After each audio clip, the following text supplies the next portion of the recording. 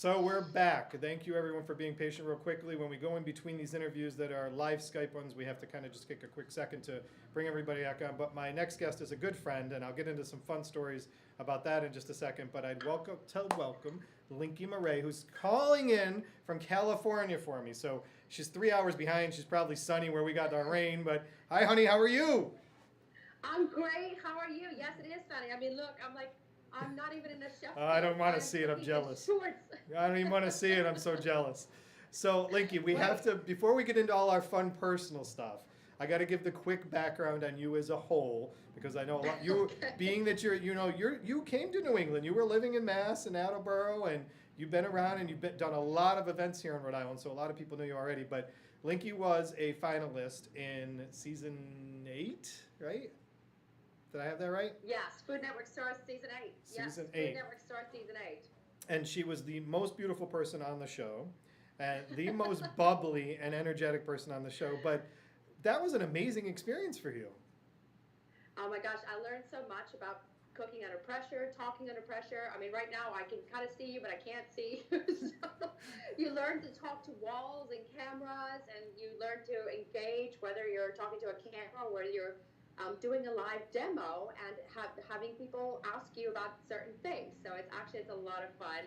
Well, I learned a lot about what my body can handle, stress wise, right. food wise, and you learn to be creative. And even the people that though you got to meet, and like Giada was one of the people that you worked with closely. So even getting those relationships and meeting those people had to have a good influence on you. Oh, absolutely, absolutely. You know, you meet great people along the way, and even the competitors. I'm still friends with a lot of the people that was part of our cast, and it's great to see where everybody is now as compared to how many years? 4 years ago. Right. So Right. the different directions everybody's career has taken in, it's been amazing. So yeah, it's So fun. you're all over the place. I mean, I was talking about how I saw Lydia a couple of years ago in Newport, but I just recently got to see you quickly when you were being the grill master in Newport at the Food and Wine Festival, and Lydia was out there, and that's Whoops. one of the most. Oh, it's all right. We got you. Oh, you got me? I got you. You're there. So Okay, good. Linkie was out there doing the grilling. You were one of the celebrity chefs that visited, and you had this awesome, amazing setup outside the tea house there, right? Oh, absolutely. I mean, after Food Network Store, I kind of went into the grilling part of it. I wanted to almost get myself out of the bubble of just pastries. Back then, I was just a wedding cake artist and, played with pastries all the time. And I wanted to show, hey, I'm from South Africa. I can hunt and I can put whatever I'm hunting back on that grill. so, so I paired up with Beaker and Egg, and since then I've paired up with great, amazing, grilling companies. And yeah, it was a great setup out there at Newport Food and Wine. It was a fantastic setup for, I think it's all fire grill. Yeah. Yeah. It's this great little pit thing that can be a fire pit, and you can grill on it. Just go check out my social media. All the info is there. It's really cool. So So yeah, it's been a really great ride of roller coasters between decorating pastries, then grilling, and doing all these demos and shows, and now I'm cooking on a yacht. I know it's so wild. So talking about pastry, so I have to. So I got. That's a good segue for us. So Linkie and I travel to conferences. When she has time and I have time, we're at different conferences all over the country, whether it's Cater Source or Event Solutions or all these different things. And Right. I find let's call it the funner things that I want to go sign up for, workshops, whether it's marketing or there happens to be a wine tasting. So I signed up for Yes. this wine and chocolate tasting.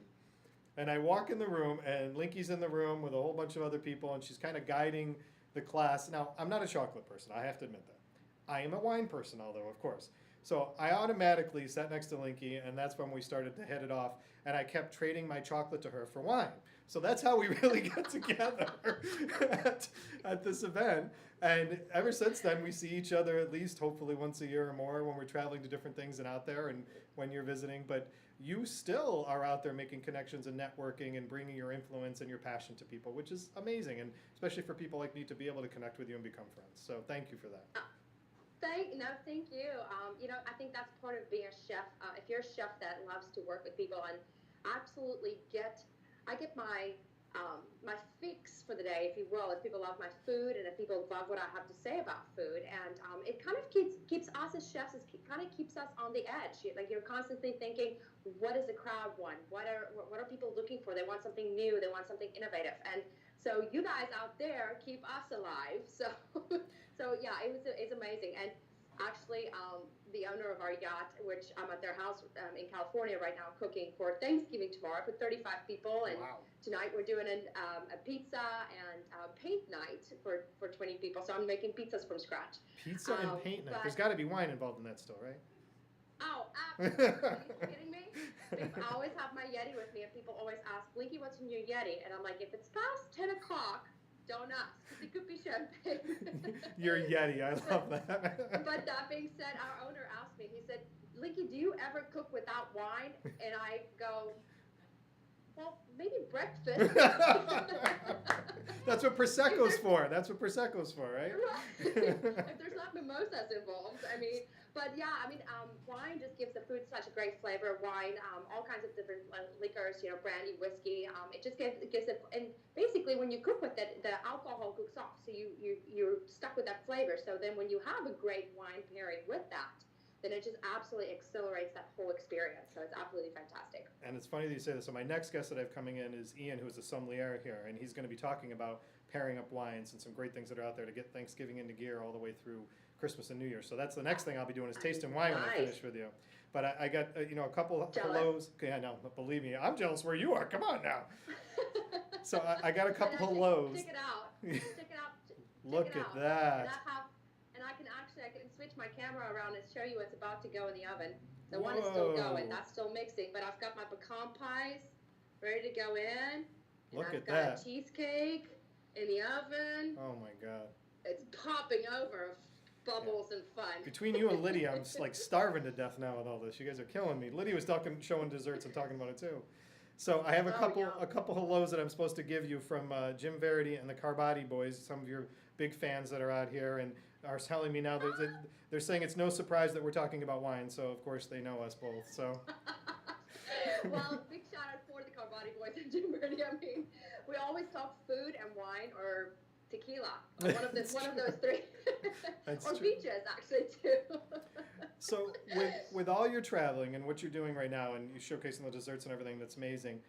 How would you encourage people to get involved in this? I mean, you had a passion, like you said. I mean, you started when you came here and you were like, what, 16, 17 years old when you came here, right? Yeah, absolutely. So I was 16 when we immigrated from South Africa, and I had to find a summer job because you guys have this thing called summer where people are off for 3 months. And so I started working for a lady that was Miss Billy. I love her to death. She's one of my mentors. She had a catering company in Tupelo, Mississippi. And she was the biggest procrastinator. So sometimes the bride would be walking down the aisle and she's setting up the wedding cake. Oh my gosh. And so I told her, I said, Miss Billy, just show me how to pipe a cake, and I just do the base piping or whatever, and I'll be able to help you out with this. And so by the time I graduated high school, I was doing all of the wedding cakes. But that being said, it started long before that. I mean, I remember baking a welcome home cake for my dad when he came back from the war in South Africa. And it was awful. It was all sunk in. It was hideous. It's probably the ugliest cake I've ever done. But the thing about it is just, there's one thing that it doesn't matter whether you're from Russia or China or Florida or wherever you're from, Boston, there's one thing that connects people, and that's food. Absolutely. Food and wine. And so for me, there's a lot of people out there that are scared to touch it. They're scared they're going to mess up. And I tell them, go mess up, burn something, burn the turkey. Because every time you mess up, you learn something from that. And even today, I learn things from that, don't put hot things in a blender. So it's go out there, take the chances, learn, test every single recipe you can. Sometimes there's good recipes, sometimes there's great recipes, and sometimes the recipes are awful, but you're going to learn how to cook, and you're going to learn about flavor profiling, and you're going to learn about what goes with what, and what herbs and spices goes with what dish. And so unless you're willing to get out there and mess up a couple of times, you're not going to get anywhere. I agree. I completely agree. So you're kind of your evolution when you were doing this, and we were mentioning how you went from pastry to doing the show, and now you're doing grilling. When you were doing the pastries, you get some nice pastries for some important people, right? I was very honored to do a couple of really cool cakes and pastries, for that matter. I did the 2008 presidential campaign or debate in Oxford, Mississippi, when I was still pastry chef there, and got to do all the desserts for Obama, McCain, President Obama and McCain.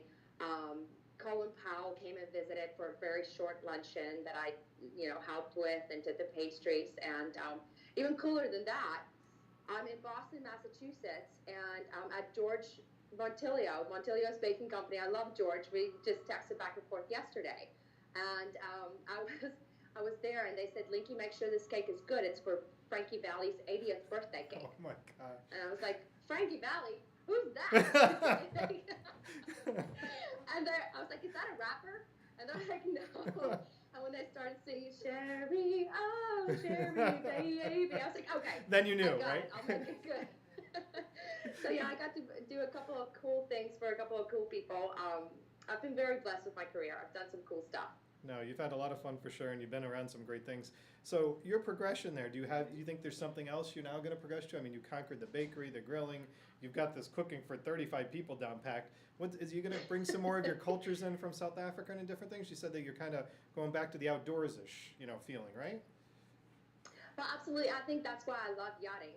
So that's kind of the next challenge is seafood. When we're out there and you're in different islands, provision can be very tough. Trying to shop at different places where they don't have the grocery stores that we have. They may have a shipment of produce coming in on a Wednesday, and so unless you're there, then you're stuck with maybe tomatoes and Right. limes. So you have to basically play MacGyver in the galley, and I think that's my challenge: is cooking out there on the water, cooking when it's rough out. People ask me all the time, "Do I get seasick?" And there's been a couple of times when it's been a little rougher, when I'm like, "Whew, I need to go get some air." But it's amazing to me the different seafood that's available out there. So that's my challenge right now, is to just learn the islands very well, learn the cuisine there, learn how to put my own little Linky tweak on there. And if we are fishing, just learning about the different fish that are out there. There's like millions of fish out there. That's great Yeah. for eating. Some is not great for eating, but you can use it in a stock. So that's the next thing, is just sticking with this yachting and just really nailing that. I think you got And to who find knows? time. I I think mean, you got to find time for you to make a cookbook. I think we need a Linky cookbook. I've been working on my cookbook since Food Network Star, and it keeps Awesome. changing format. It keeps changing themes. I went from wanting to do an entertainment cookbook to, just cooking on the water, to now I want to combine all of that and give people something where they can, entertain, whether it's on the water or off the water. And the guy that I'm working with keeps telling me, "Linky, just send me content." And I have great stories that goes with my recipes. I'm sure. So I have over 250 developed recipes at this point. So I just have to get that in the format, and then we'll get rolling one of these times when I'm not cooking Thanksgiving for 35 people. So the other thing that before we let you go, I wanted to make sure that I literally got your tips. Hold on one second. I got to fix one thing here with our Skype thing. There we go. Okay. So I wanted to get your tips, because you're talking for 35 people, which is amazing. I thought 20 was a lot, and I was freaking out. So what are some of your tips and traditions? Because you've kind of married a lot of things over time here now, coming from South Africa, then being in the South and getting that Southern charm that you added to your South African charm. What are some of your tips and traditions that kind of go into the holidays? So Thanksgiving, obviously it's not for we don't celebrate that in South Africa. That's an American thing, and we've completely embraced it because we have been living our American dream. We have been surrounded by amazing Americans, and so the whole traditional Turkey Day dinner was very new to me. But what I've done is I love tradition. I absolutely love tradition. My family loved tradition. But I try to take some of the cooler or traditional recipes and then put my own cool spin on that. So instead of necessarily just brining a turkey, which I'm just not a brine girl. I just hate to brine. I take a compound butter and I stuff it all up underneath the skin, and as it cooks down, that butter drips down and it keeps it moist. That's one of the little tricks I do, and I do smaller turkeys. I'd rather do 2 or 3 turkeys rather than one big turkey, because the Okay. big turkeys tend to dry out. Good point. But I think the biggest thing that I love to do is my cranberry chutney. And if it's not on my website, I will be posting that in the next few days. And it's this great dried fruit cranberry chutney. So you take dried craisins, apricots, blueberries, you cook it down in some cranberry juice with rosemary, garlic, and onions, and then you add some lime and balsamic to it, and it just gives this nice little twang. And it's just such a great twist on the good old cranberry sauce that's out there. And the great thing about this chutney is that it can go with turkey, it can go with venison, it goes great with beef, with pork, and you can take that chutney and work it into a cheese ball, and then coat it on the outside with chopped up craisins and walnuts, and then you have a great little snack that people can snack on before you start your party. Yeah, you got to put that on the site. That's got to go in the cookbook and on your site. Hopefully I'll post that by tonight. I'll ask somebody to give me a reminder to post that tonight on social media or something, and I'll tag you guys in it so that you guys can have it as well. That would be awesome. Well, I really appreciate you making the time. I know you're busy. Obviously, cooking and preparing for 35 is not easy, although I am, again, extremely jealous of your surroundings as to where you're doing this, so that's fantastic. Oh, thank you. Well, thank you for making the time to come on today. I really, really appreciate it. I know that I'll speak to you soon, but make sure you have a nice glass of wine and enjoy Thanksgiving as well when you're done tomorrow. Oh, I'm honored. You guys have a happy Thanksgiving, yeah, don't burn your turkey. Thanks, Linkie. Good to talk to you, Thanks for hon. having me, Rick. You're welcome. Bye, hon.